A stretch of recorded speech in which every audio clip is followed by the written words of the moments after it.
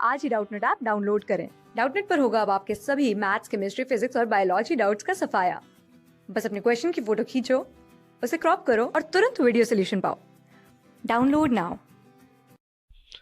हमें एक question given है यहाँ पर, which of the following substance undergo disproportionation reactions. ठीक है, which of the following substance undergo disproportionation reaction under basic medium. एक कंडीशन भी हमें लगाई है कि इनमें से कौन कौन सी, चार एग्जांपल्स हमें गिवन है, 1 2 3 4, इनमें से कौन कौन सी सब्सटेंस जो है वो डिस्प्रपोर्शनेशन रिएक्शंस होंगी, जिनमें डिस्प्रपोर्शनेशन रिएक्शंस हो सकती हैं under basic medium. Basic medium में डिस्प्रपोर्शनेशन रिएक्शन हो सकती है, तो हमें पता लगाना है इन चारों को। ठीक है, डिस्प्रपोर्शनेशन रिएक्शन क्या होती है, मैं एक बार फिर से रिवाइज कर देता हूँ। अगर कोई एलिमेंट y है, मान लीजिए +2 ऑक्सीडेशन स्टेट है उसकी रिएक्टेंट में, अब प्रोडक्ट में उसकी दो कंपाउंड्स बनती हैं, पहली मान लीजिए +5 और दूसरी में उसकी ऑक्सीडेशन स्टेट -1 है।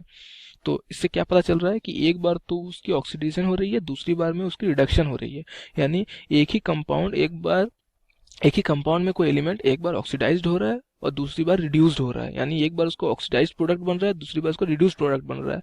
तो ऐसे रिएक्शंस को डिस्प्रोपोर्शनेशन रिएक्शन कहते हैं, और जो एलिमेंट में ऐसा होता है उसे क्या कहते हैं, एलिमेंट अंडरगोइंग डिस्प्रोपोर्शनेशन रिएक्शन। ठीक है, तो हमें ऐसे ही इसी कंडीशन को सेटिस्फाई करने वाले सब्सटेंस या जो कंपाउंड्स या मॉलिक्यूल्स जो हमारे पास गिवन है, हमें उनको ढूंढना है कि किन किन मॉलिक्यूल्स में या किन किन कंपाउंड्स या सब्सटेंस में ऐसा होगा अंडर बेसिक मीडियम में।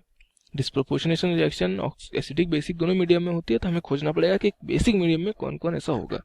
तो अगर आप देखें चार ऑप्शंस में, अगर मैं एक एक ऑप्शन को लिखूं तो मैं कुछ ये लिख सकता हूं। जैसे अगर आप P4 की बात करें तो P4 को अगर आप PH3 प्लस H2PO2 में तोड़ दें अंडर बेसिक कंडीशन, मैं इसको बैलेंस भी कर देता हूँ, उसको बैलेंस कर दें तो यहाँ पर 3 वाटर आएंगी और यहाँ वाटर OH-, 3 OH- अगर आप लगा दें तो देखिए ये बैलेंस्ड रिएक्शन है। यहाँ P की 0 है, -3 है और +1 है, और देखिए बेसिक मीडियम में इसका रिएक्शन हुआ है। तो देखिए ये क्या हो रही है, ये आपकी डिस्प्रोपोर्शनेट हो रही है और बेसिक मीडियम में हो रही है, तो ये डिस्प्रोपोर्शनेशन हो सकता है P4 का। तो हमारा एक आंसर तो आ गया थ्रू एन एग्जाम्पल्स। हमने एक एग्जाम्पल को रिकॉल किया, उसमें हमने पाया कि P4 डिस्प्रोपोर्शनेट हो सकता है अंडर बेसिक मीडियम। अब एसेट की अगर हम बात करें, एसेट को भी अगर आप तोड़ दें सल्फर -2 और S2O3 - 2 में, ठीक है, अगर आप इनको बैलेंस करें, बैलेंस कर सकते हो आप। अगर आप बैलेंस करने के बाद बैलेंस रिएक्शन में लिख रहा हूँ इतना और 6 वाटर इधर, अगर आप ऐड कर दें तो आप देखो यहाँ सल्फर की 0 है, यहाँ -2 है और यहाँ +2 है। तो देखिए यहाँ भी डिस्प्रोपोर्शनेशन हो रहा है। सल्फर 8 जो है, एसिड जो है, डिस्प्रोपोर्शनेट होकर सल्फर -2 और S+2 में कन्वर्ट हो रहा है अंडर बेसिक मीडियम। ठीक है, तो ये भी डिस्प्रोपोर्शनेट हो रहा है। ठीक है, अगर आप ध्यान से देखो तो यहाँ पर सल्फर 8 जो है वो एलिमेंटल स्टेट में, एसिड बेसिक स्टेट में जो स्ट्रक्चर होता है उसमें है, उसमें वो डिस्प्रोपोर्शनेट हो रहा है। तो हमारा बी ऑप्शन भी करेक्ट है। अब ब्रोमीन को देखो, Br2 को आप, तो ब्रोमीन का भी आपको कुछ रिएक्शंस अगर याद आ जाए, मैं शायद लिख दूं उसको। ब्रोमीन को अगर आप देखो तो BrO- प्लस Br में माइनस में कन्वर्ट कर दो, यहाँ आप 2 ऑक्सीजन लगा दो, यहाँ 1 वाटर लगा दो आप, तो देखो ये भी कन्वर्ट हो जा रहा है। यहाँ 0 है, यहाँ +1 है, यहाँ -1 है। ठीक है, तो ये भी डिस्प्रोपोर्शनेट हो रहा है। ठीक है, तो ये तीनों रिएक्शंस जो हैं, ये Br2 भी डिस्प्रोपोर्शनेट हो रहा है बेसिक कंडीशन में, क्योंकि OH- में रिएक्शन हो रहा है। तो आप देखो तो ये तीनों जो है P4 एसिड और Br2 तीनों डिस्प्रोपोर्शनेशन कर रहे हैं, F2 में डिस्प्रोपोर्शनेशन नहीं हो रहा है। अगर आप ध्यान से देखो तो F2 में डिस्प्रोपोर्शनेशन नहीं होने का एक और रीजन हम ढूंढ सकते हैं। F2 जो होता है वो मोस्ट इलेक्ट्रोनेगेटिव होता है। ठीक है, F2 में F की ऑक्सीडेशन स्टेट कितनी है, 0 है। ठीक है, तो ये मोस्ट इलेक्ट्रोनेगेटिव होता है, तो ये इसमें जनरली ये टूटकर क्या होगा, 2F- में कन्वर्ट होता है।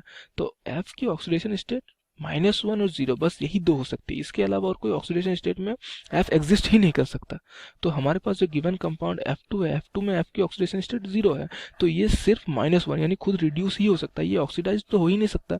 तो बेसिक मीडियम या एसिडिक मीडियम तो बाद की बात आती है, पहली बात है ये ऑक्सीडाइज तो हो गया, लेकिन ये ऑक्सीडाइज्ड हो ही नहीं सकता, ये रिड्यूस हो सकता है। तो इसका मतलब रिएक्शन सिर्फ एक ही साइड में हो सकती है, सिर्फ इसका सिर्फ रिडक्शन हो सकता है, ऑक्सीडेशन हो ही नहीं सकता। तो इसका मतलब डिस्प्रोपोर्शनेशन रिएक्शन की बात ही यहाँ पर हट जाती है, बिकॉज F2 में डिस्प्रोपोर्शनेशन हो ही नहीं सकता।